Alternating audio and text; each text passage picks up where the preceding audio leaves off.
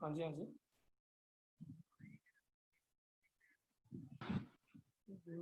और देखना है क्लास है बेटा, अभी 2:30 बजे है।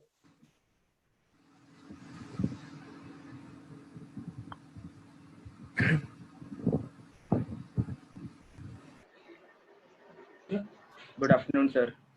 गुड आफ्टरनून बेटा। Good afternoon sir. Good afternoon बेटा। Good afternoon sir. Good afternoon sir. Good afternoon, good afternoon sir इस टाइम पे क्लास क्यों लगाई है? बेटा, मैंने नहीं लगाई है। हेलो। हाँ हेलो।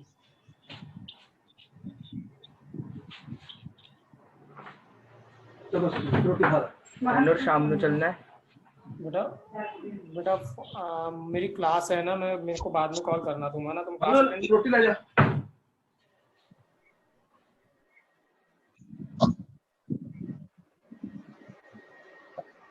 चलो ठीक है, मेरी क्लास स्टार्ट कर रहा हूँ मैं, ठीक है बेटा, मैंने नहीं लगाई, ये क्लास है ना।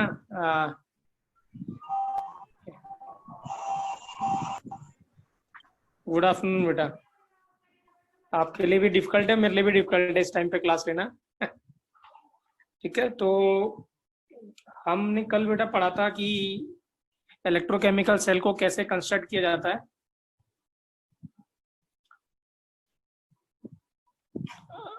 नहीं, ऐसा जरूरी नहीं है कि आपको आयनिक इक्विलिब्रियम आना ही चाहिए इलेक्ट्रोकेमिस्ट्री पढ़ने के लिए। थोड़ा बहुत कॉन्सेप्ट यूज होगा। Good morning. थोड़ा बहुत कॉन्सेप्ट यूज होगा आयनिक इक्विलिब्रियम का, लेटर ऑन यूज होगा, तो जब यूज होगा तो हम उसको रिकॉल कर लेंगे, ऐसा कोई जरूरी नहीं है। लेकिन अगर आप रिवाइज करते हैं तो इससे तो अच्छी कोई और बात हो ही नहीं सकती। अगर कोई आप प्रीवियस चैप्टर रिवाइज कर रहे हैं तो वो आपके लिए एडवांटेज ही रहेगा। ठीक है, राइट। तो कल हमने स्टार्ट किया था बेटा कि how to construct an electrochemical cell. Electrochemical cell कैसे कंस्ट्रक्ट किया जाता है, ठीक है, और सॉल्ट ब्रिज क्या होता है। ठीक है, मैंने कल आपको एक और स्लाइड दिया था, एक और नोट्स भेजा था, जिसमें मैंने कंडीशन लिखी थी या ये बताया था कि electrolyte used in salt bridge क्या होगा, राइट। तो आइए उसी को स्टार्ट करते हैं, डिस्कस करते हैं। तो ये पेज शायद आप लोगों ने सभी ने लिख लिया है, नोट भी कर लिया है, राइट।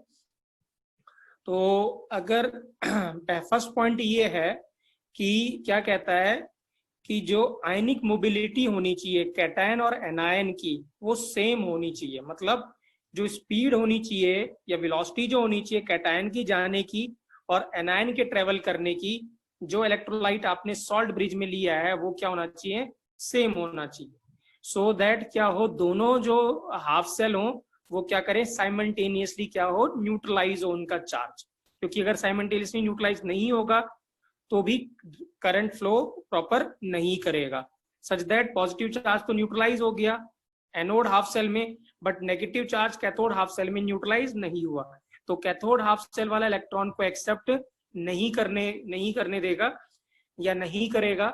इसीलिए क्या होगा, सर्किट कंप्लीट नहीं होगा और करंट फ्लो नहीं करेगा। तो ionic mobility should be same for cation and ion of an electrolyte used in a salt bridge. ठीक है, सो ये वाला पॉइंट वही है।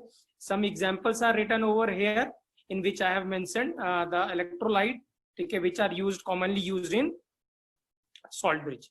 ठीक है, सेकेंड पॉइंट है कि यहाँ पे लिखा हुआ कि electrolyte of the salt bridge should be non reacting. किसके साथ नॉन रिएक्टिंग होना चाहिए, जो आपने इलेक्ट्रोलाइट एनोड हाफ सेल में लिया हुआ है या जो कैथोड हाफ सेल में लिया हुआ है उनसे वो रिएक्ट नहीं करना चाहिए। रिएक्ट करने का इन द सेंस कि ऐसा कोई सब्सटेंस ना बने कि वहां पे प्रेसिपिटेट बन जाए। प्रेसिपिटेट बन जाएगा तो वो नीचे सेटल डाउन हो जाएगा, और हमें पता है the precipitate is not a part of solution. इसका मतलब वो इलेक्ट्रोलाइट की तरह बिहेव नहीं करेगा, सारे के सारे आयंस कहाँ, बॉटम में सेटल डाउन हो जाएंगे। So it will not behave as an electrolyte. That is why the electrolyte used in a salt bridge should be non reacting with the electrolyte which is used in a half cells.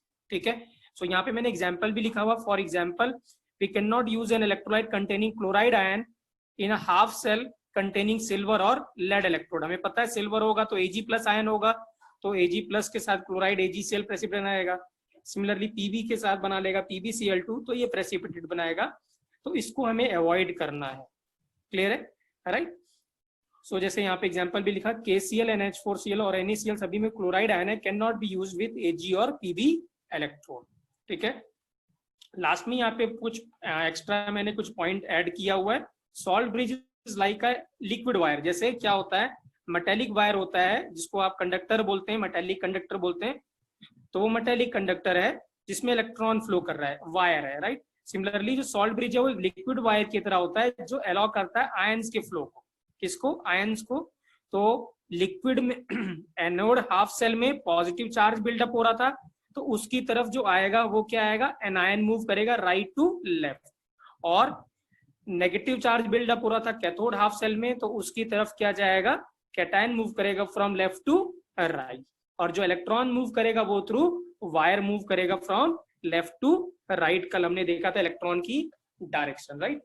ठीक है। सो salt bridge is an like a liquid wire. यहाँ पे मैं देख भी सकते हैं कि जो ये Na+Na2SO4 का जो Na+ है वो लेफ्ट टू राइट मूव कर रहा है, cation is moving from left to right and anion is, that is sulfate ion, is moving from right to left.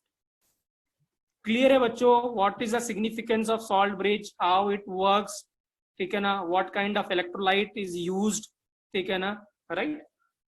तो प्लीज हाँ, these are the important significance for salt bridge. Now moving to the another part बच्चों, right. अब हम क्या करना चाहते हैं, जो भी हमने इलेक्ट्रोकेमिकल सेल पढ़ा है अभी तक, now we want to give some mathematical form to it. हम उसको मैथमेटिकल फॉर्म में कन्वर्ट करना चाहते हैं। Means we want to derive some equation to calculate the cell potential. Cell potential कैसे कैलकुलेट करते हैं, अब हम उसके पास जा रहे हैं। तो पहले हम देखेंगे सेल पोटेंशियल क्या होता है, ये इलेक्ट्रोड पोटेंशियल क्या होता है, ठीक है ना। उसके बाद we will derive the equation by which we can calculate cell potential, right? वो कैसे डिराइव करेंगे वो हम देखेंगे, राइट, आज के लेक्चर में। तो आपके सामने ये है इमेज, ठीक है ना। यहाँ पे सेल पोटेंशियल और इलेक्ट्रोड पोटेंशियल लिखा हुआ है, राइट। तो पहले समझेंगे इसको क्या है, ये लिखेंगे नहीं। हमें पता है कि अगर आपको इलेक्ट्रॉन को वायर के थ्रू मूव कराना है, क्या करना है, इलेक्ट्रॉन को वायर के थ्रू मूव कराना है या आयन को मूव कराना है टूवर्ड्स इलेक्ट्रोड, ठीक है ना। जैसे इलेक्ट्रॉन जो बिल्डअप हो रहा था वो जिंक रॉड पे हो रहा था, अब जिंक रॉड से आप उसमें इलेक्ट्रॉन वायर में भेजना चाहते हैं, या कैथोड है, यहाँ पे नेगेटिव चार्ज बिल्डअप हो रहा था और इलेक्ट्रॉन इधर आ रहा था, तो क्या होगा, यहाँ से कैटायन जो होगा, जो कॉपर आयन था वो इस इलेक्ट्रॉन को एक्सेप्ट करेगा, तो कॉपर आयन इलेक्ट्रोड के पास जाना चाहिए।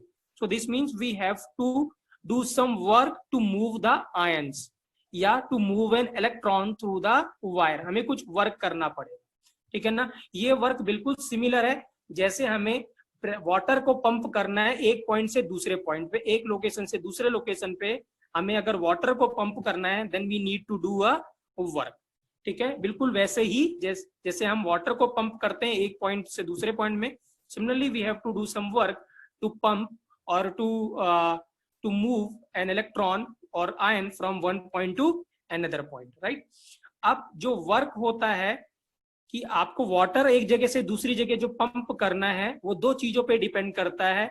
एक, कितना वाटर आपको ट्रांसफर करना है, कितना वाटर आपको पंप करना है एक जगह से दूसरी जगह, ठीक है ना। और दूसरा, उसका प्रेशर डिफरेंस कितना है, प्रेशर डिफरेंस कितना है अगर, ठीक है। सो दो चीजों पे वर्क डिपेंड करता है।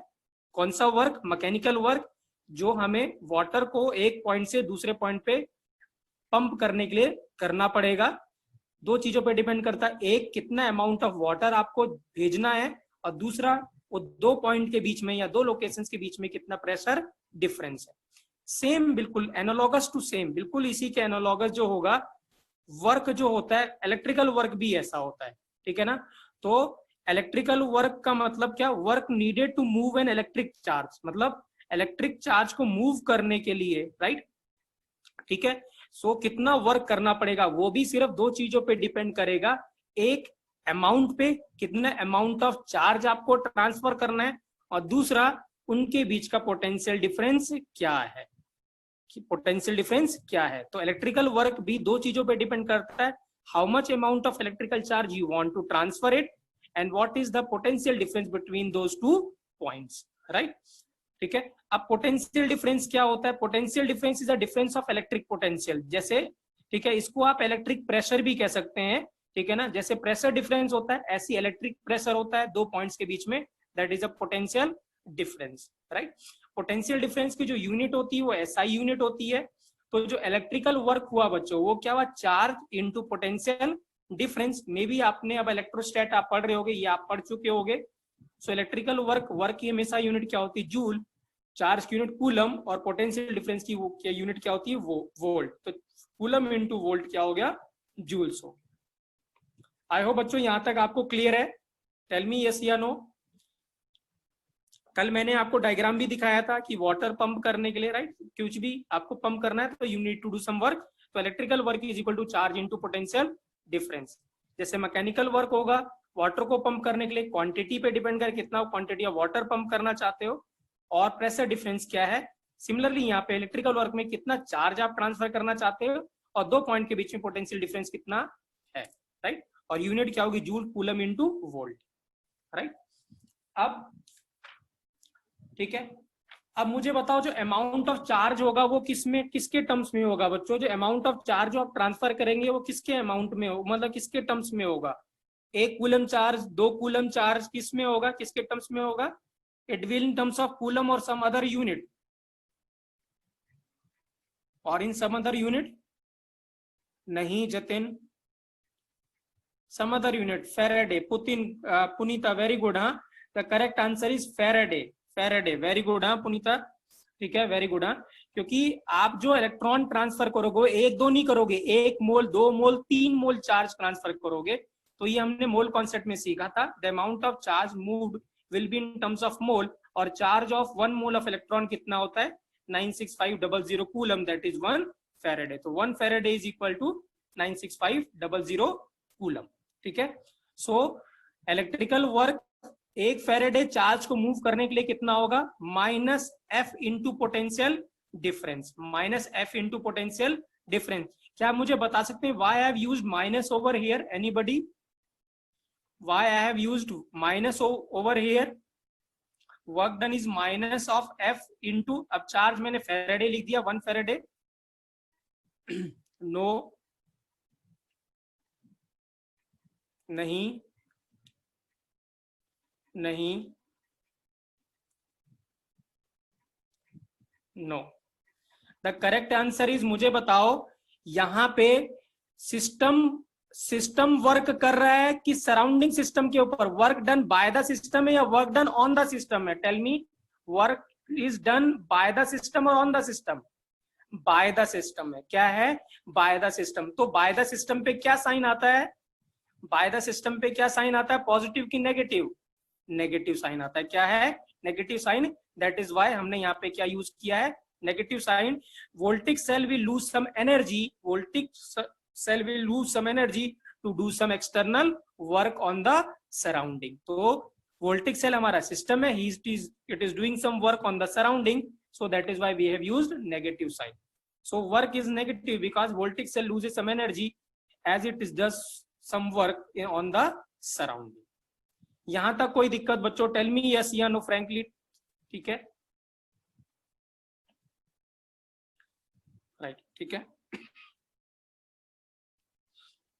अब ठीक है, सेल पोटेंशियल क्या होता है? तो सेल पोटेंशियल क्या होता है बच्चों? सेल पोटेंशियल क्या होता है?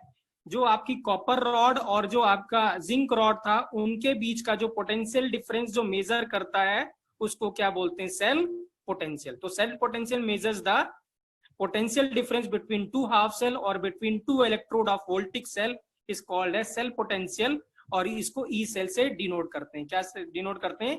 ई सेल से डिनोट करते हैं।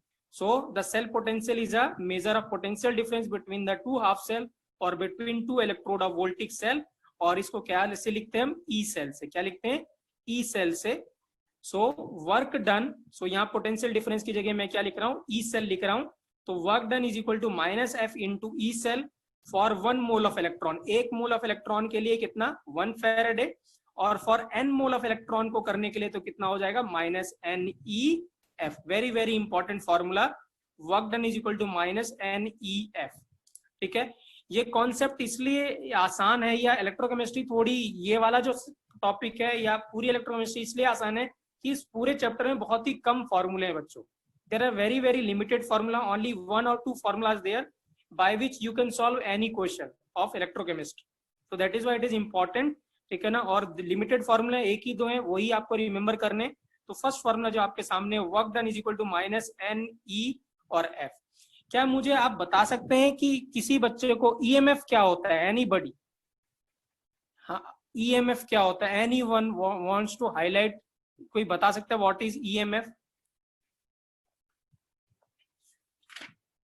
नहीं, वो तो मुझे पता है, इलेक्ट्रोमोटिव फोर्स होता है। वो क्या होता है?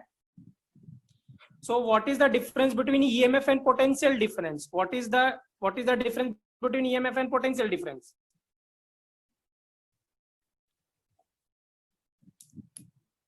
देखिए बच्चों, हाँ मैं आपको बता रहा हूँ, प्लीज ध्यान से सुनेंगे इसका क्या होता है ये। ठीक है ना, फिजिक्स वाले सर आपको डिटेल में बताएंगे। ठीक है ना, जब कभी भी किसी भी बैटरी से, प्लीज याद रखेंगे मैं क्या बोल रहा हूँ, जब किसी भी बैटरी से कोई करंट ड्रॉ नहीं हो रहा है, शांत सुनेंगे, जब किसी भी बैटरी से कोई करंट ड्रॉ नहीं हो रहा है या सर्किट ओपन है, तो पोटेंशियल डिफरेंस क्या होगा? उसको हम EMF कहते हैं। तो मैं रिपीट कर रहा हूं, ठीक है, the potential difference between two half cell, ठीक है ना, when no current is drawn और सर्किट इज ओपन, देन जो potential difference is known as EMF। ठीक है ना, लेट सपोज आप जब मार्केट से बैटरी लेके आते हैं, जो मार्केट से जब बैटरी लेके आते हैं, तो जब आपको वो जो वैल्यू मिलती है, जो वहां पे पोटेंशियल लिखा रहता है, वो क्या होता है? उस समय तक जब वो नया है, आपने अभी तक करंट ड्रॉ नहीं किया है, ठीक है ना, तो उस समय का जो EMF होता है, उस समय का जो उसका पोटेंशियल डिफरेंस है, जो वहां वो वोल्ट लिखा रहता है, that is 1.5 volt, is known as EMF, क्योंकि अभी तक कोई भी करंट ड्रॉ नहीं हुआ है, सर्किट ओपन है। ठीक है, सो तो उस समय मुझे बताओ, जब आप सेल मार्केट से लेके आएंगे तो पोटेंशियल जो आपको इनिशियल मिलेगा वो मैक्सिमम मिलेगा कि मिनिमम मिलेगा? जब आप सेल मार्केट से लेके आते हैं तो मैक्सिमम मिलता है कि मिनिमम मिलता है? वो क्या मिलता है? मैक्सिमम मिलता है। सो जो मैक्सिमम पोटेंशियल डिफरेंस, अब मैं एक और वर्ड जोड़ रहा हूं, तो maximum potential difference between the two electrodes और two half cell when circuit is open is called as electromotive force। फिजिक्स में आप पढ़ोगे, electromotive force does not depend upon internal resistance, क्योंकि सर्किट ओपन है तो इंटरनल रेजिस्टेंस पे depend नहीं करता है, बट पोटेंशियल डिफरेंस डिपेंड करता है इंटरनल रेजिस्टेंस पे। ठीक है, क्योंकि सर्किट उस समय जो सर्किट हो रहा होगा तो करंट ड्रॉ हो रहा होगा, तो जब करंट ड्रॉ होगा तो वो रेजिस्टेंस पे डिपेंड करेगा। ठीक है, अब मैं एक और वर्ड आप यहाँ पे जोड़ रहा हूं, तो जो मैक्सिमम वैल्यू जो आप लेके आते हैं, जब वो स्टार्टिंग में जब आप सेल लेके आते हैं, वो जो मैक्सिमम वैल्यू मिलती है उसी को हम क्या बोलते हैं? Standard cell potential. क्या बोलते हैं? Standard cell potential, that is E0। क्या बोलते हैं? E0, जो हमने पढ़ा था SRP या SOP, स्टैंडर्ड रिडक्शन पोटेंशियल। ठीक है, so the maximum potential difference is also referred as standard cell potential, that is E0। तो अगर आपके पास दो वैल्यू है, एक E सेल है, E सेल वेरिएबल होगा, क्योंकि जब बैटरी काम कर रही होगी तो क्या होगा उस समय, तो धीरे धीरे E सेल क्या होता जाता है? कम होता जाता है। ठीक है, वो बाद में हम देखेंगे। ठीक है बेटा, फिजिक्स में बताएं, फिजिक्स में पढ़ोगे इंटरनल रेजिस्टेंस क्या होता है, सब कुछ है। मैं यहाँ पे फिजिक्स नहीं पढ़ाना चाहता, ठीक है ना, राइट। फिजिक्स वाले सर आपको कवर करेंगे डिटेल में EMF OMF क्या होता है। बस मैं इतना बता रहा हूं यहाँ पे कि क्या है यहाँ पे कि जब आप मार्केट से लेके आए उस समय की जो बैटरी की जो वैल्यू जो पोटेंशियल होता है, सेल पोटेंशियल जो है वो E0 कहलाएगा। और जब आप उसको यूज करने लगेंगे तो धीरे धीरे क्या हो जाएगा, जो E0 सेल होता जाता है वो क्या होता जाएगा? धीरे धीरे कम होगा कि धीरे धीरे बढ़ेगा बच्चों? धीरे धीरे कम होगा कि धीरे धीरे बढ़ेगा? क्या होगा, धीरे धीरे क्या होता है, कम होता रह जाता है, एक टाइम पे सेल काम करना बंद कर देता है। तो जो ई सेल है वो वेरिएबल है, बट जो ई नॉट है वो जैसे जैसे टाइम बीतता जाएगा ई सेल चेंज होता चला जाएगा। बट जो ई नॉट है वो क्या है, वो फिक्स्ड है, और वो मैक्सिमम वैल्यू है सेल की, उस सेल की मैक्सिमम वैल्यू जो होगी वो ई नॉट सेल होगी। ठीक है ना। अब मुझे बताओ, तो जब आप मैक्सिमम वर्क, अगर आपसे ऐसा क्वेश्चन आता है calculate the maximum work done, तो आप कौन सी वैल्यू लोगे, ई सेल लोगे कि ई नॉट सेल लोगे? क्या लोगे आप, ई सेल लोगे कि ई नॉट सेल लोगे? ई नॉट सेल लेंगे जब हम क्या कैलकुलेट करेंगे, मैक्सिमम वर्क डन। ठीक है। सो यहाँ पे मैंने यही लिखा हुआ है, if you able to see it, maximum potential difference between the electrode or two half cell when circuit is open is called as electromotive force or EMF. ठीक है। maximum potential difference is also referred as standard EMF or standard cell potential, that is E naught for electrochemistry, electrochemical cell। ठीक है। So very very important. सो maximum work done क्या हो जाएगा, N E naught F हो जाएगा। अगर सीधे work done पूछ रहा है तो एन ई एफ होगा, अगर मैक्सिमम वर्क डन पूछ रहा है तो एन ई नॉट एफ होगा। क्या होगा, एन ई नॉट एफ। यहाँ पे मैंने इसी को समझाने की कोशिश करी है। हम ई सेल निकालेंगे, don't worry about it. E cell अभी हम सीखने जा रहे हैं कि कैसे कैलकुलेट करेंगे, so don't worry about it कि कैसे ई सेल कैलकुलेट करेंगे। ठीक है, hold on just for 10-15 minute, you will get an answer. अब ठीक है ना, यहाँ पे क्या है, मैंने एक क्वेश्चन के फॉर्म में क्वेश्चन पूछा, यहाँ पे क्वेश्चन ने पूछा हुआ है difference between electrode potential and cell potential. Electrode potential क्या है और सेल पोटेंशियल क्या है? देखिए क्या है, जब आप, ठीक है,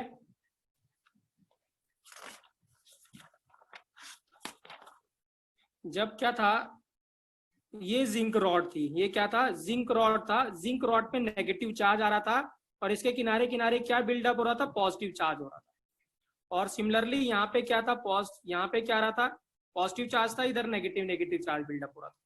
तो यहाँ पे क्या हो रहा है, जो चार्ज का सेपरेशन हो रहा है, जो चार्ज का जो सेपरेशन हो रहा है वो कहाँ पे हो रहा है, इलेक्ट्रोड के सरफेस पे हो रहा है। क्या हो रहा है, इलेक्ट्रोड के सरफेस पे। और हमें पता है जो चार्ज जब सेपरेशन होता है तो क्या डेवलप होता है, पोटेंशियल डिफरेंस। क्या डिफरेंस डेवलप होता है, पोटेंशियल डिफरेंस। तो जो पोटेंशियल डिफरेंस यहाँ पे डेवलप हो रहा है वो कहाँ पे हो रहा है, इलेक्ट्रोड पे। और क्यों हो रहा है, due to oxidation and reduction reaction. तो जो पोटेंशियल डिफरेंस डेवलप होगा on the surface of electrode due to oxidation, उसको हम ऑक्सीडेशन पोटेंशियल कहेंगे।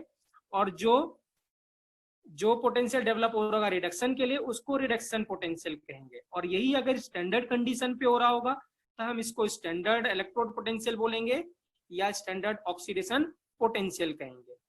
अब तो ये तो हो गया इलेक्ट्रोड पोटेंशियल, ठीक है ना। अब सेल पोटेंशियल क्या है, ठीक है। अब सेल पोटेंशियल क्या है, सेल पोटेंशियल क्या है, वो एल्जेब्रिक सम है इन दोनों पॉइंट का पोटेंशियल डिफरेंस का क्या है, सम है। मतलब potential difference due to reduction and potential difference due to oxidation, इनका जो सम होगा, एल्जेब्रिक जो सम होगा, उसको हम क्या कहते हैं, cell potential. So this is a basic difference between electrode potential and cell potential.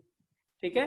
सो यहाँ पे वही मेंशन है, the potential difference between electrode and electrolyte is called as electrode potential, and the potential developed due to reduction reaction is called as reduction potential, and due to oxidation reaction it is called as oxidation potential.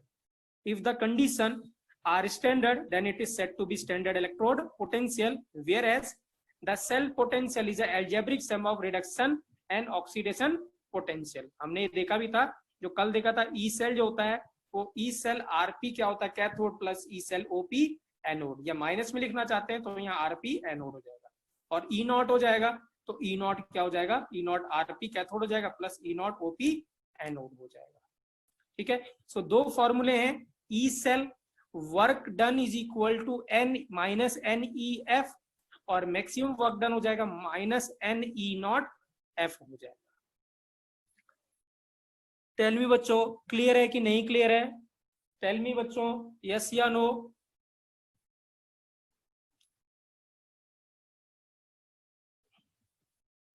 ठीक है, सिर्फ 3-4 बच्चे yes या no का जवाब दे रहे हैं बेटा। हाँ, most of the people are not giving any reply बेटा, प्लीज। हाँ ठीक है, चलिए। हाँ ठीक है, अब आपके सामने क्वेश्चन है, मुझे इसका आंसर बताइएगा बेटा। हाँ फटाफट, ठीक है, इसका आंसर बताएंगे। देखते हैं कौन बताता है। Cell electrode potential of Daniell cell is 1.1 volt. Standard electrode potential of Daniell cell is, हाँ जी हाँ जी हाँ जी गौरव, नेगेटिव होगा बेटा। ठीक है ठीक है, राइट। पॉजिटिव हो जाएगा तो सेल विल नॉट वर्क, ठीक है ना। तब ये क्या होगा, स्पॉन्टेनियस नॉन स्पॉन्टेनियस रिएक्शन हो जाएगी गौरव। अभी ये स्पॉन्टेनियस है, तब ये इलेक्ट्रोकेमिकल सेल की तरह बिहेव नहीं करेगा, तब इलेक्ट्रोलिटिक सेल की तरह बिहेव करने लगेगा। ठीक है, राइट। सो यहाँ पे क्या, standard electrode potential of Daniell cell is 1.1 volt. Calculate the maximum work done for the cell. Please याद रखेंगे, एन जो है, कितना चार्ज ट्रांसफर हो रहा है वो एन होगा, ठीक है ना। और याद रखेंगे जो एन होना चाहिए, ठीक है ना। प्लीज हाँ, एफ की वैल्यू भी डाल के बताइए बेटा, एफ की वैल्यू भी यूज करके बताइए व्हाट इज द आंसर। हाँ जी, ठीक है, याद रखेंगे मैं क्या बोल रहा हूं कि जो एन है, एन कितने मोल्स ऑफ चार्ज ट्रांसफर हो रहा है। और याद रखेंगे, जैसे मैंने रेडॉक्स में बोला था, यहां भी वही बोल रहा हूं। प्लीज परीक्षित, हाँ, मल्टीप्लाई विथ एफ। एफ को मल्टीप्लाई नहीं करेंगे तो आंसर रॉन्ग आएगा। Answer should be in joule, और ये जूल में तब होगा जब यू मल्टीप्लाई विथ एफ। 96500 से मल्टीप्लाई करेंगे तब।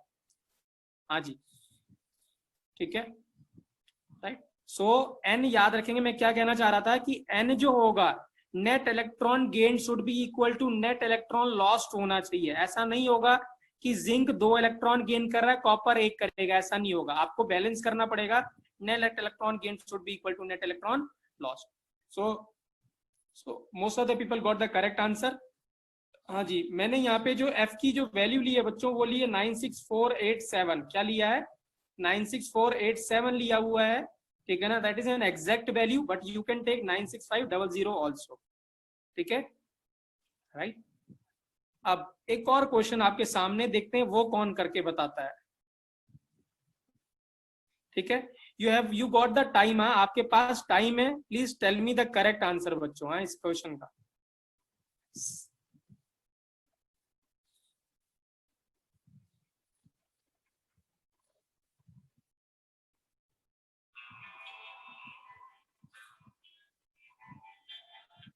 हेलो, हाँ सर,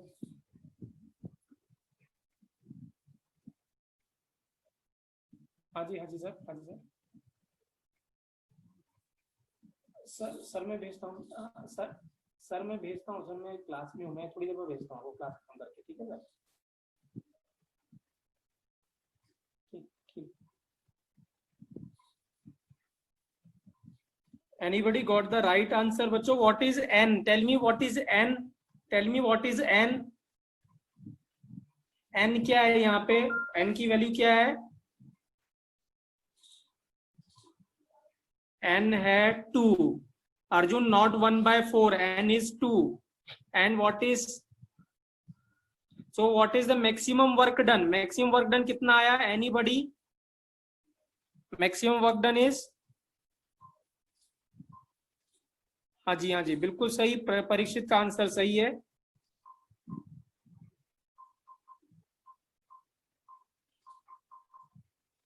ठीक है, 125450 इज द करेक्ट आंसर। सो आप अगर यहाँ पे देखें, देखिए ध्यान से देखिएगा, हाँ ठीक है। तो ये जो मैक्सिमम वर्क डन आ गया, हाँ कौशल आंसर सही है आपका। देखिए क्या है, so maximum work done is N E naught F, तो -2 इंटू ई, और ये एफ की वैल्यू ली है मैंने, और यहाँ वर्क डन हो गया। अब ध्यान से देखिए क्या है, ये करेक्ट आंसर नहीं है। मुझे बताओ क्या ये करेक्ट आंसर है कि नहीं है? This is a correct answer और नॉट? नो, अभी ये करेक्ट आंसर नहीं है। We have to calculate further. 0.5 mole नहीं है, हाँ ठीक है, हाँ divide by, Vishal Gupta very good, we have to divide by 1/4, very good, हाँ we have to divide by 4, very good. So कैसे करेंगे आप देख सकते हैं, H2 है ये, है ना। H2 का मतलब क्या है, वेट, H2 का जो मॉलिक्यूलर वेट कितना होगा, 2 ग्राम पर मोल। तो 2 ग्राम के लिए इतना जूल है, तो 0.5 ग्राम के लिए कितना होगा, इससे डिवाइड करेंगे तो ये आंसर आएगा।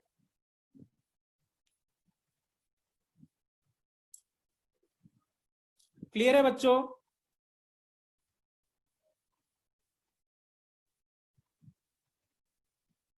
ठीक है, किसी को डाउट बेटा करने में, कोई प्रॉब्लम इसको सॉल्व करने में, एनीबॉडी? ठीक है, ठीक है बेटा। तो अब हम क्या कर रहे हैं, अब हम, ठीक है, नाउ अब हम क्या करने जा रहे हैं, ई सेल कैसे कैलकुलेट करेगा, how to calculate E cell, उसके लिए हम इक्वेशन जनरेट करने जा रहे हैं। ठीक है ना, the famous person, very famous person who has generated the equation to calculate the cell potential of an Daniell cell या वोल्टिक सेल और galvanic cell, his name is Walter Hermann Nernst. complete name is Walter Hermann Nast. He is a German chemist, Nast, and he got the Nobel Prize in 1920 for his work. ठीक है ना, और इनको Nobel prize क्यों मिला था, Nobel prize इसलिए नहीं मिला था कि उन्होंने नस्ट इक्वेशन दिया था। He has given the Nast equation in 1889, 1889 में इन्होंने दिया था, but he got the Nobel Prize in 1920 for giving third law of thermodynamics. तो इनको जो नोबेल प्राइज मिला था due to his work on third law of thermodynamics, जो कि हम जानते हैं कि एट एब्सोल्यूट जीरो एंट्रोपी क्या होता है, एट एब्सोल्यूट जीरो एंट्रोपी क्या होता है, एंट्रोपी क्या होता है at absolute zero, what is entropy, third law of thermodynamics, at absolute zero entropy is, कोई भी बोल नहीं रहा है, जीरो। कौशिल वेरी गुड, हाँ ठीक है, जीरो। ठीक है, so that is thermodynamic third law. ठीक है, सो आइए देखते हैं। So German chemist Walter Hermann Nernst who has given the equation through which the cell potential और EMF for the full for a full electrochemical cell. ठीक है, ये equation क्या करती है, ये इक्वेशन ये भी रिलेट करती है कि अगर हम टेम्परेचर को चेंज करेंगे या फिर अगर हम कंसंट्रेशन को चेंज करेंगे तो ई सेल पे क्या फर्क पड़ेगा, वो भी हम नस्ट इक्वेशन से जान सकते हैं। तो यहाँ पे वही लिखा हुआ है, this equation also relates how the cell potential depend upon concentration and temperature. तो ये जो इलेक्ट्रोकेमिस्ट्री चैप्टर है बेटा, हाँ अभी स्टार्टिंग मुझे किसी बच्चे ने पूछा था कि क्या हमें आयनिक पढ़ना पड़ेगा। ठीक है ना, देखिए क्या है, अगर आपको इलेक्ट्रोकेमिस्ट्री सही से समझना है तो आपको थर्मोडायनेमिक्स आनी चाहिए, पहली बात, वो सबसे इंपॉर्टेंट है, सबसे इंपॉर्टेंट थर्मोडायनेमिक्स। अगर आपको नहीं आएगा तो आपको नहीं आएगा। दूसरा है इक्विलिब्रियम आना चाहिए आपको, और तीसरा ठीक है ना आपको रेडॉक्स आना चाहिए। ठीक है, तो तीनों चैप्टर आपको आने चाहिए, तब अच्छे से आपको ये बहुत अच्छे समझ में आएगा। बट कोई बड़ी बात नहीं है, ये आपको सब पहले से आता है तो हम उसको रिकॉल करते भी चलेंगे, इसकी कोई जरूरत नहीं है, राइट। ठीक है, तो थर्मोडायनेमिक्स से हमने एक इक्वेशन डिराइव करी थी, या हमने इस इक्वेशन को बाद में यूज किया था इक्विलिब्रियम में। तो मैं बता रहा हूँ ये इक्वेशन कैसे आई थी, और बाद में आप समझ भी जाएंगे इक्वेशन कौन सी है। सो फॉर थर्मोडायनेमिक्स, हाँ, जो डेल्टा जी होता है, ठीक है ना, एक्सपेरिमेंटल है, डेल्टा जी जो होता है गिव्स फ्री एनर्जी, वो directly proportional to ln Q by K होता है। क्या होता है, ln Q by K। Q हमें पता है क्या होता था, रिएक्शन कोएफिशिएंट, और K होता था इक्विलिब्रियम कांस्टेंट। ठीक है, अब जब प्रोपोर्शनैलिटी साइन हटाते हैं तो यहाँ पे कांस्टेंट लगेगा, तो वो जो कांस्टेंट होता है वो RT के इक्वल आता है। किसके बराबर इक्वल आता है, RT के इक्वल। तो delta G is equal to RT ln Q by K। अब ये हो गया log A minus log B लिख देते हैं, तो delta G is equal to क्या हो गया, RT ln Q minus RT ln K। अब आपको शायद याद आ गई होगी ये इक्वेशन कौन सी है, ठीक है ना, और अब आपको ये पता भी है इक्वेशन कहाँ से आई है। ठीक है ना, पहले शायद आपको नहीं पता था from where does it equation comes. Now क्या इक्वेशन पता है ये कौन सी है, anybody knows it, what is that equation, delta G is equal to delta G is equal to delta G naught minus RT क्या होता था, या प्लस RT ln K होता था प्लस। ठीक है, अब देखिए, अब अगर मैं स्टैंडर्ड कंडीशन मानता हूं, यहाँ पे क्या करता हूं, स्टैंडर्ड कंडीशन मानता हूं, तो स्टैंडर्ड कंडीशन पे जो गिव्स फ्री एनर्जी होगी उसकी वैल्यू क्या लिखेंगे, G नॉट। क्या लिखेंगे, G नॉट। ठीक है ना, और स्टैंडर्ड कंडीशन मैंने इलेक्ट्रोकेमिस्ट्री की आपको बताई थी कि कंसंट्रेशन कितना होना चाहिए, स्टैंडर्ड कंडीशन के लिए कंसंट्रेशन कितना होना चाहिए, एनीबॉडी, 1 होना चाहिए। और प्रेशर कितना लेना चाहिए, अगर गैस है तो प्रेशर कितना लेंगे, 1 atm। ठीक है, तो जब हम क्या करेंगे, कंसंट्रेशन को 1 मोलर लेंगे और प्रेशर को 1 atm लेंगे तो Q की वैल्यू कितनी आएगी? तो what is the value of Q?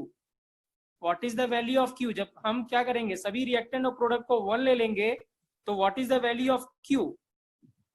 कितना हो जाएगा? 1 हो जाएगा। क्या हो जाएगा? 1। Q नॉट नहीं होगा बेटा, 1 हो जाएगा, क्योंकि सबकी वैल्यू डाल रहे हो ना आप, सबकी वैल्यू डाल रहे हो। K और Q में क्या फर्क था? Q क्या था, किसी भी कंसंट्रेशन पे Q कैलकुलेट कर सकते हो, बट K सिर्फ इक्विलिब्रियम कंसंट्रेशन पे होता है। तो हमने Q कैलकुलेट किया स्टैंडर्ड कंडीशन पे। स्टैंडर्ड कंडीशन का मतलब क्या, कंसंट्रेशन 1 मोलर रखा और गैस है तो प्रेशर 1 लिया। तो जब रिएक्टर में प्रोडक्ट को 1 रखेंगे तो यहाँ पे कितना आएगा? 1 आ जाएगा Q के जगह पे। तो ये पूरी क्वांटिटी क्या हो जाएगी? ये पूरी क्वांटिटी क्या हो जाएगी? 0।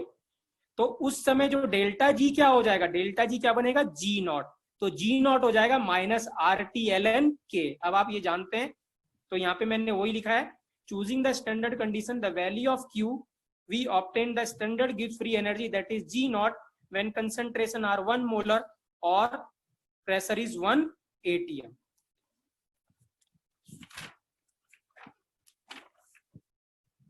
क्लियर है? तो आप देख सकते हैं, then delta G is equal to क्या हो जाएगा? Delta G naught and Q is equal to 1। तो Q को 1 डालेंगे तो ये 0 हो गया, तो डेल्टा G नॉट हो गया RT/ln K, राइट। और अब इसको, राइट, इस RT/ln K को मैंने क्या लिख दिया? G naught. तो G नॉट क्या बन गया? Delta G is equal to क्या बन गया? Delta G naught minus RT/ln Q बन गया। इसको हमने इक्वेशन 1 में डाल दिया, इसी इक्वेशन में पुट कर दिया और रीराइट कर दिया। तो delta G is equal to delta G naught plus RT/ln Q बन गया। इस इक्वेशन से आप फेमिलियर हैं, ये इक्वेशन आप जानते हैं अगर आपको थोड़ा बहुत भी याद है, ठीक है। आप सबसे इंपॉर्टेंट बात है, please don't leave the class. हाँ, कोई भी क्लास छोड़ के जाएगा नहीं, nobody should leave the class, ठीक है। वैसे भी आज कम ही बच्चे आए हुए हैं, आई डोंट नो व्हाई, ठीक है, राइट। तो प्लीज इंपॉर्टेंट है जो हम आगे डिस्कस कर रहे हैं, प्लीज ध्यान से सुनिएगा। मुझे कोई ये बता दे कि डेल्टा जी क्या होता है? एनीबडी? मैंने आपको थर्मोडायनेमिक्स में पढ़ाया था, what is delta G, what is the significance of delta ji. Actual में डेल्टा जी क्या होता है? एनीबडी? नहीं। स्पॉन्टेनिटी नहीं। गिव फ्री एनर्जी तो डेफिनेशन हो गया। Anybody? What is actual delta G? हाँ व्योम, वेरी वेरी गुड। हाँ व्योम, it is non PV work, very excellent, excellent beta। it is non PV work, the useful work non PV is known as delta G। अगर आप अपनी copy देखेंगे thermodynamics second law में, वहां आपको ये मिलेगा भी। तो डेल्टा जी को क्या बोलते थे? डेल्टा जी इज नहीं निपुण, वो सब वो बेकार है। डेल्टा जी क्या होता था? Useful work. कितना यूजफुल वर्क होता है वो डेल्टा जी होता है, ठीक है। सो as we know that from the thermodynamics, delta G is useful work, that is W useful। W useful means useful work, ठीक है ना। अब जो इलेक्ट्रिकल वर्क है वो क्या था? Ne cell F था। तो जो W है वो किसके बराबर हो गया? डेल्टा G के बराबर हो गया। तो डेल्टा G जो हो गया वो क्या हो गया? माइनस Ne cell F हो गया, ठीक है। यही जब स्टैंडर्ड कंडीशन पे लेंगे तो डेल्टा G के जगह क्या लिखेंगे? अगर हम स्टैंडर्ड कंडीशन पे लिखेंगे तो डेल्टा जी के जगह क्या लिखेंगे? What will write instead of delta G? Delta G naught. And what will write instead of E cell? What will write instead of E cell? E naught cell. क्या लिखेंगे? ई naught cell.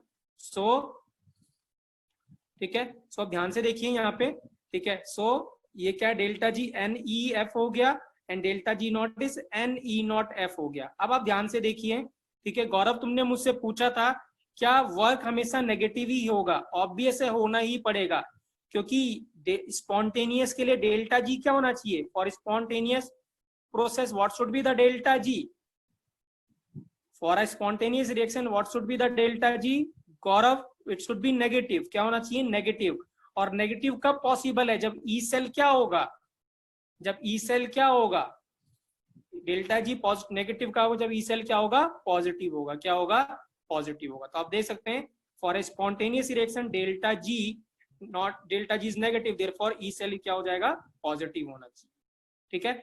अब ये दोनों values हमने यहाँ put कर दी और जो इक्वेशन निकाला वो आपके सामने है।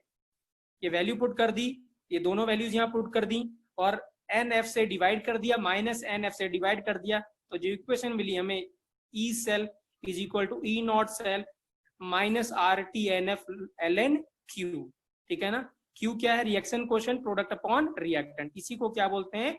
Nernst equation. Q रिप्रेजेंट कर रहा है किस क्वांटिटी को, कि कंसंट्रेशन चेंज करने पे क्या फर्क पड़ेगा, और यहाँ T है टेम्परेचर चेंज करने से क्या फर्क पड़ेगा। बट इलेक्ट्रोकेमिस्ट्री में थ्रू आउट जो है वो टेम्परेचर आपको कांस्टेंट लेना है, जब तक कहेगा नहीं, और ये कहेगा भी नहीं पूरे चैप्टर में। टेम्परेचर हमेशा आपको कितना लेना है, स्टैंडर्ड कितना बताया था मैंने, what should be the temperature, what should be the standard temperature बच्चों, क्या लेना पड़ेगा? 25 to 98 kelvin, not 25 to 98 kelvin. तो आप देखिए R कांस्टेंट है, T कांस्टेंट है, F कांस्टेंट है, तो ये सब कांस्टेंट है।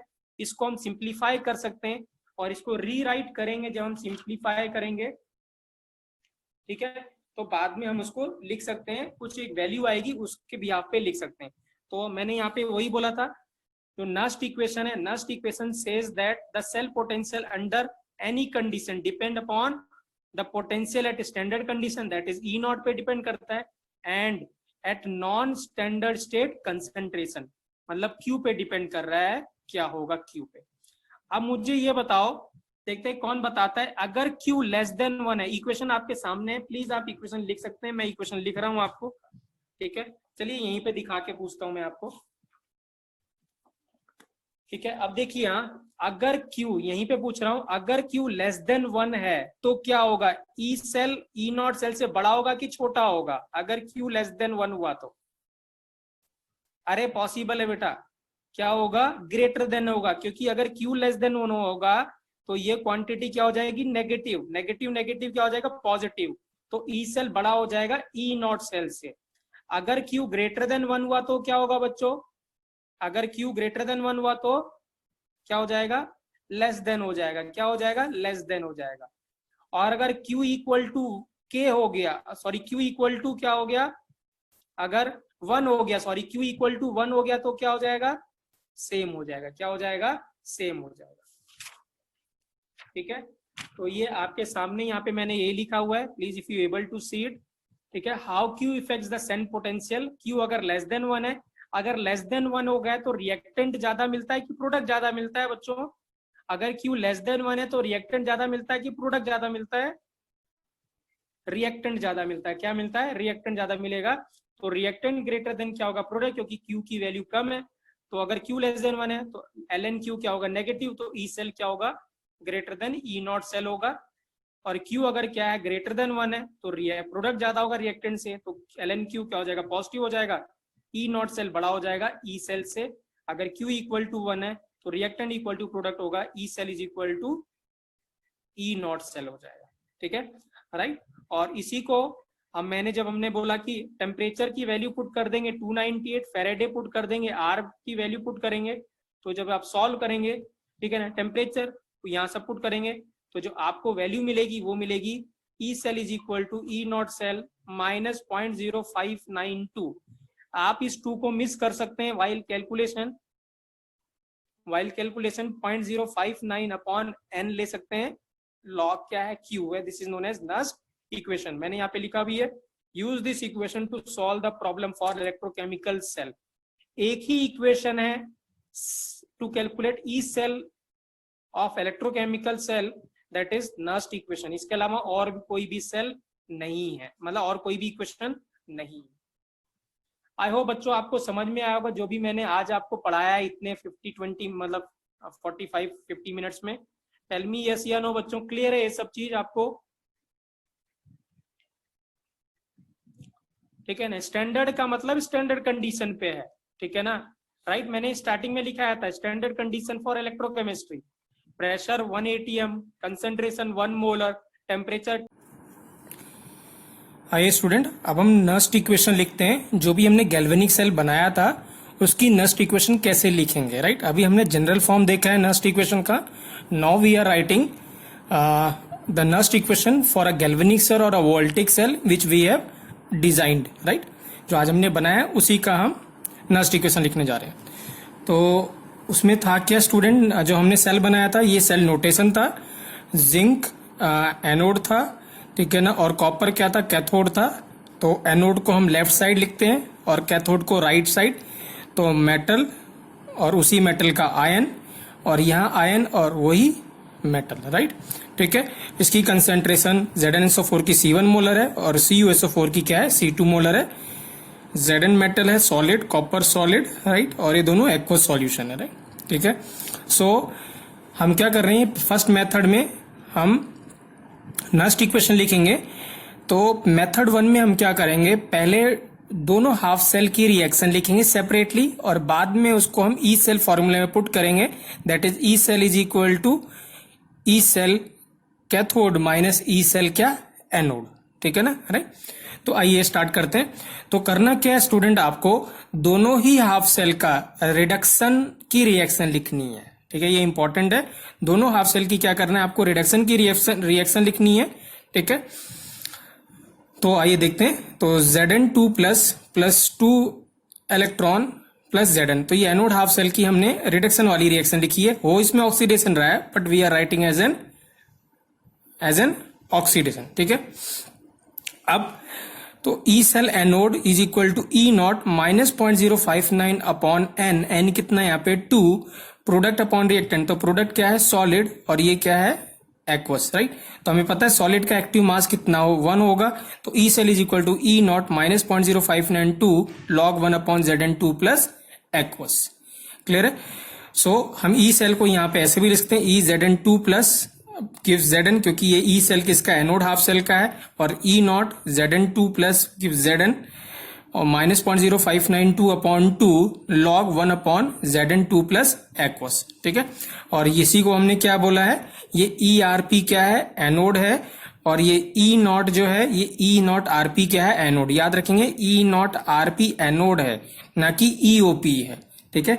जब आप इसका EOP लिखेंगे तो आपको ऑक्सीडेशन की रिएक्शन लिखनी पड़ेगी, करेक्ट है ना। या इसी का जो आंसर ERP का आएगा एनोड का, अगर आप इसका EOP बताएंगे तो माइनस साइन से आंसर बताएंगे, ठीक है, राइट। सिमिलरली आपको कैथोड हाफ सेल की भी रिएक्शन लिखनी है।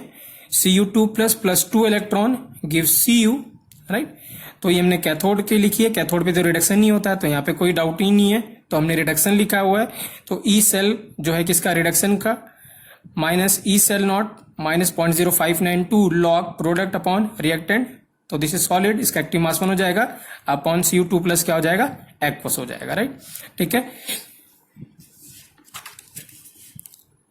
सो आप देख सकते हैं यहाँ पे E cell is equal to E naught cell 0.059 upon 2 log 1 upon 2 plus aqueous. तो ये हमने लिख दिया E cell Cu2 plus Cu और ई नॉट Cu2 प्लस से Cu। ये क्या है, RP है किसका, कैथोड का, और ये ई नॉट RP है क्या, कैथोड का, ठीक है ना। अब ई सेल का फॉर्मूला क्या था student, ERP cathode minus ERP anode. इसीलिए मैंने दोनों की एनोड की रिएक्शन लिखी थी, सॉरी दोनों की रिएक्शन लिखी थी और ERP कैलकुलेट किया, क्योंकि जो हमारे पास जो फॉर्मूला है वो ये वाला फॉर्मूला हमने यूज कर रहे हैं, ना कि OP का फॉर्मूला यूज कर रहे हैं। दैट इज वाई हम दोनों में क्या लिख रहे हैं, RP और RP लिख रहे हैं। तो फर्स्ट ये आएगा दिस माइनस दिस, ठीक है ना, और माइनस आप क्या पुट करेंगे, तो ई नॉट के साथ तो ये माइनस आ जाएगा, और ये जो माइनस माइनस था ये वाला ये क्या हो जाएगा, प्लस हो जाएगा, ठीक है, राइट। तो और ये क्या हो जाएगा, E naught RP cathode minus E naught RP anode. तो इसको हम क्या लिख लेंगे, ई से लिखेंगे माइनस 0.059 अपॉन 2। तो अगर आप देखें ये प्लस हो गया तो ये डिनोमिनेटर में ही रहेगा, ठीक है ना, और ये माइनस, क्योंकि log A minus log B log A by B होता है, ठीक है ना, राइट। तो हमने क्या करा, माइनस साइन क्या लिखा हुआ है, हमने बाहर कॉमन ले लिया, तो इसमें क्या जाएगा, माइनस, तो ये क्या हो जाएगा, डिनोमिनेटर में जाएगा, तो ये न्यूमरेटर में चेंज हो जाएगा, ठीक है। आप ये खुद भी कर सकते हैं, ये आपको पता है कैसे करेंगे, राइट। तो आपके जो फाइनल इक्वेशन मिलेगी वो E cell is equal to E naught cell 0.059 upon 2 log Zn2 plus aqueous upon Cu2 plus aqueous, ठीक है, राइट। और हमें पता है E naught cell is equal to E naught RP cathode minus E naught RP anode है। इसकी value कितनी थी, 0.34, इसकी वैल्यू हमें पता है माइनस ऑफ 0.76, तो वैल्यू पुट करेंगे तो ई नॉट सेल कितना आ जाएगा, 1.1 आ जाएगा, राइट। सो यहाँ पे हमने वैल्यू पुट करी, E cell is equal to 1.1 minus 0.0592 upon 2 log Zn2 plus aqueous upon Cu2 plus aqueous. इसकी कंसेंट्रेशन C1 मोलर लिया था, ये हमने क्या लिया था, C2 मोलर लिया था, तो यहाँ पे हमने पुट कर दिया, ठीक है, तो आप देख सकते हैं, ठीक है ना, ये यही नर्स्ट इक्वेशन हमने पहले डिराइव करी थी, जो कि हमने ये लिखी है किसके लिए, जो हमने वोल्टेज या गैल्वेनिक सेल बनाया था। एक बात मैं यहाँ पे बताना चाहता हूँ स्टूडेंट, ध्यान रखिएगा, ठीक है ना, कि ये वाला जो मेथड है ये थोड़ा लंबा मेथड है, ठीक है, आप देख भी रहे होंगे। ये मेथड ज्यादा यूजफुल तब है जब आप हाफ रिएक्शन लिख रहे होंगे, जब किसी एनोड हाफ रिएक्शन का ई सेल कैलकुलेट करना है या कैथोड हाफ सेल का आपको ई सेल कैलकुलेट करना है, तो उसमें ये मोर यूजफुल होगा।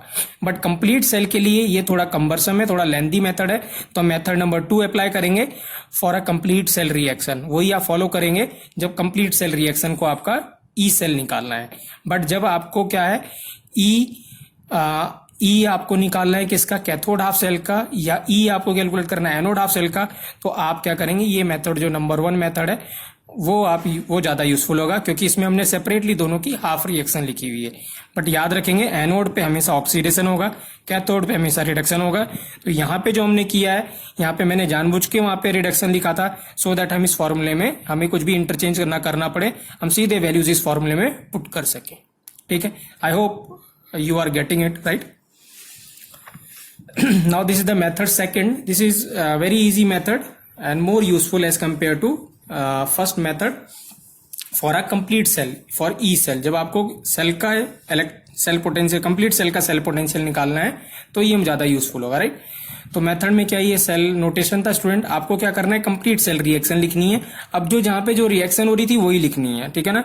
तो यहाँ पे क्या हो रहा था, ऑक्सीडेशन, एनोड पे ऑक्सीडेशन होगा, यहाँ पे क्या होगा, रिडक्शन होगा, ठीक है। तो Zn ऑक्सीडाइज करके Zn2 प्लस 2 इलेक्ट्रॉन मिलेगा, कॉपर रिड्यूस करके Cu2 प्लस रिड्यूस करके किसमें बनेगा, Cu में। तो ये नेट क्या हो जाएगा, रिएक्शन हो जाएगी, 2 इलेक्ट्रॉन कैंसिल हो जाएगा 2 इलेक्ट्रॉन से। याद रखेंगे net electron gain should B net electron lost. तो इलेक्ट्रॉन को आप फाइनली बैलेंस करके ही ऐड करेंगे, ठीक है, रिएक्शन को, दोनों हाफ सेल की रिएक्शन को। अब E cell is equal to था E naught cell minus 0.059 2/2 log क्या था, Q, क्या था Q इज रिएक्शन क्वेश्चन, और हमें पता है रिएक्शन क्वेश्चन क्या होता है, प्रोडक्ट अपॉन रिएक्टेंट। तो E naught cell minus 0.059/2 that is product upon reactant. यहाँ Q लिख दिया मैंने, it should be product upon reactant, it should be R, product upon reactant. So आप देख सकते हैं इसमें प्रोडक्ट क्या है, Zn2 प्लस और Cu, तो दिस इनटू दिस होगा, और ये क्या हो जाएगा, सॉलिड है तो इसका एक्टिव मास 1, यहाँ पे जिंक, डिनोमिनेटर में जिंक सॉलिड है तो इसका एक्टिव मास 1 हो जाएगा। तो आपको जो नेट रिएक्शन मिलेगी, E cell is equal to E naught cell minus 0.059/2 log Zn2 plus upon Cu2 plus, ठीक है। और ई नॉट सेल तो वही रहेगा, E naught RP cathode minus E naught RP anode. तो जो वैल्यू पुट करेंगे तो इसकी वैल्यू कितनी आएगी, 1.1 वैल्यू आएगी, ठीक है। सो मैंने यहाँ पे लिखा है use this equation for a calculation. कभी भी अगर आपको गैल्वेनिक सेल का या वोल्टिक सेल का सेल पोटेंशियल कैलकुलेट करना है, तो आप हमेशा इस इक्वेशन का यूज करेंगे, इसके अलावा और कोई इक्वेशन हमारे पास नहीं है। E cell is equal to E naught cell minus 0.059/n log product upon क्या है, reactant, where n is number of electron gained और lost. I hope student now अभी आपको ये क्लियर हुआ होगा राइट, ठीक है। नेक्स्ट वीडियो लेक्चर में हम क्वेश्चन डिस्कस करेंगे based on Nernst equation right. Thank you.